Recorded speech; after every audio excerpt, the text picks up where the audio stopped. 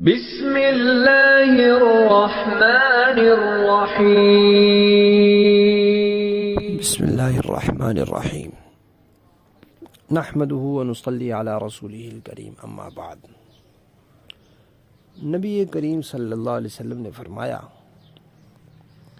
کہ جب کوئی شخص فوت ہو جاتا ہے اور اس کو دفن کر دیا جاتا ہے تو اس کے پاس دو فرشتے آتے ہیں۔ ان کا رنگ کالا ہوتا ہے، آنکھیں نیلی ہوتی ہیں، کالا رنگ، آنکھیں نیلی، ڈراؤنا منظر۔ ان میں سے ایک کو منکر کہا جاتا ہے، دوسرے کو نکیر۔ وہ آ کر مردے سے سوال جواب کرتے ہیں، نبی کریم صلی اللہ علیہ وسلم کے بارے میں بھی پوچھتے ہیں کہ کیا تم اس شخصیت کو جانتے ہو؟ تو اگر وہ ایمان والا ہوتا ہے تو وہ کہتا ہے جی بالکل، یہ اللہ کے بندے ہیں، اللہ کے رسول ہیں۔ تو وہ دونوں کہتے ہیں ہاں ہمیں پتہ تھا کہ تم یہی جواب دو گے، کیونکہ ان کو اللہ نے بھیجا ہوتا ہے کہ یہ مومن بندہ ہے، اس کے پاس جاؤ۔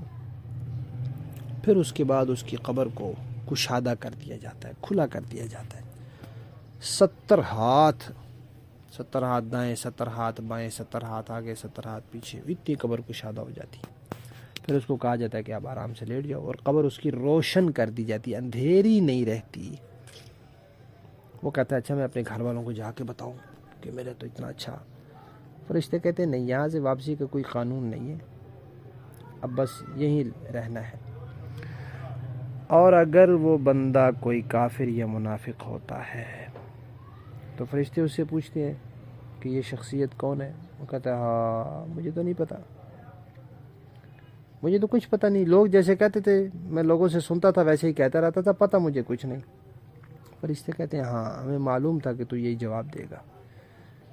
پھر اس کے بعد اللہ تعالیٰ کی طرف سے زمین کو حکم ہوتا ہے، زمین اس کو دونوں طرف سے دبا دیتی ہے، اس طرح دبا دیتی ہے کہ اس کی ایک طرف کی پسلیاں دوسری طرف کی پسلیوں میں گھس جاتی ہیں، جیسے انسان اپنے ایک ہاتھ کی انگلیاں دوسرے ہاتھ کی انگلیوں کے درمیان داخل کر دیتا ہے۔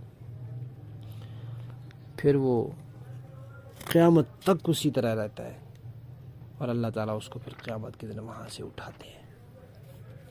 تو قبر آخرت کی منزلوں میں سے پہلی منزل ہے۔ آنکھ بند ہوتے ہی اس کا سلسلہ شروع ہو جاتا ہے۔